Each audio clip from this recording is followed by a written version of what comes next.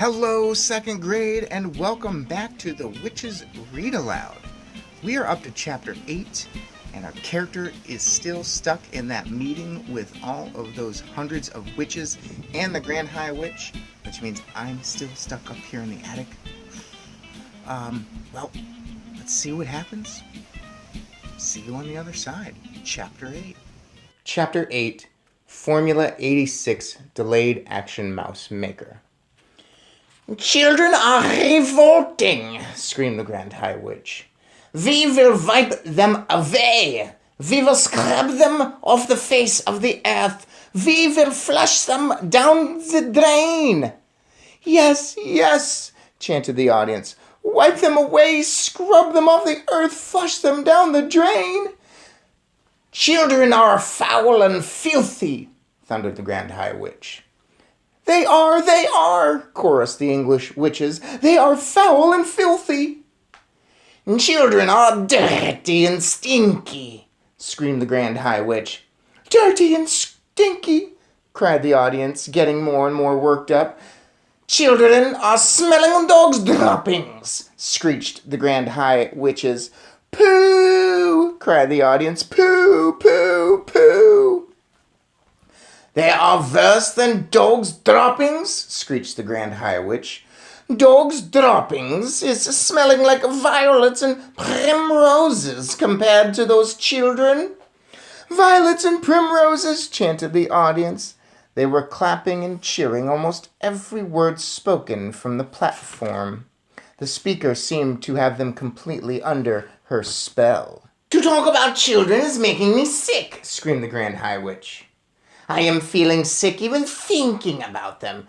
Fetch me a basin." The Grand High Witch paused and glared at the mass of eager faces in the audience. They waited, wanting more. "So now," barked the Grand High Witch, "so now I am having a plan. I am having a giganticus plan for getting rid of every single child in the whole of Inkland." The witches gasped, they gaped, they turned and gave each other ghoulish grins of excitement. "Yes," thundered the Grand High Witch, "we shall swish them and swallow them, and we shall make to disappear every single smelly child brat in Inkland in one stroke." "Whoopee!" cried the witches, clapping their hands. "You are brilliant! Oh, your grandness, you are fantabulous!" "Shut up and listen!" snapped the Grand High Witch. "Listen very carefully, and let us not be having any muck-ups."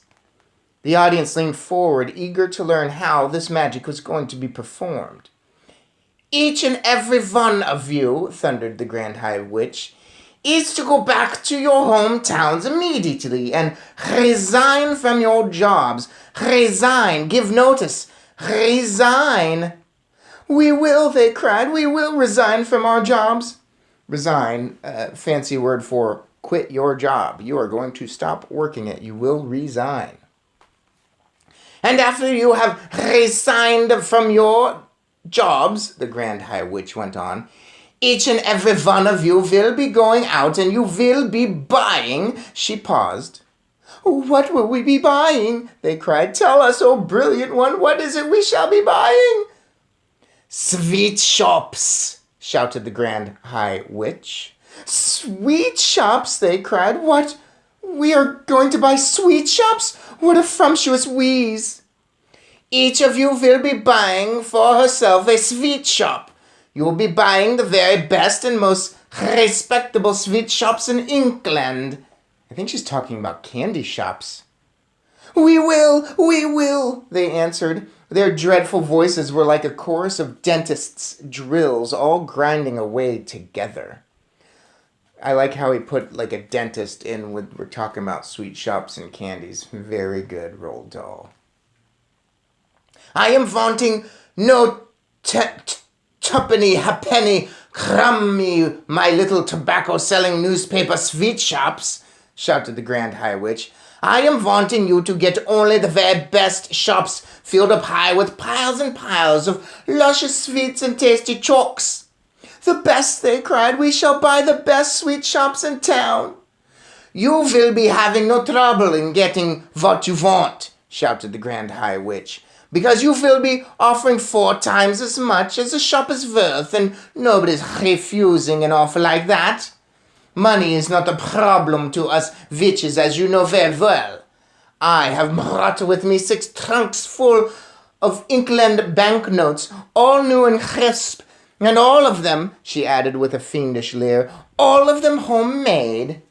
I think we discussed earlier that she can make money in her house. She's got a printing machine. This is not good. So they're going to offer to buy candy shops, and they're going to give them way more than they're worth. Who's not going to sell their candy shop at a price of 4 times its value? Whew, goodness. The witches in the audience grinned, appreciating this joke. At that point, one foolish witch got so excited at the possibilities presented by owning a sweet shop that she leapt to her feet and shouted, "The children will come flocking to my shop, and I will feed them poisoned sweets and poisoned chalks and wipe them all out like weasels." The room became suddenly silent. I saw the tiny body of the Grand High Witch stiffen and then go rigid with rage. "Who spoke?" she shrieked. "It was you! You over there!" The culprit sat down as fast and covered her face with her clawed hands.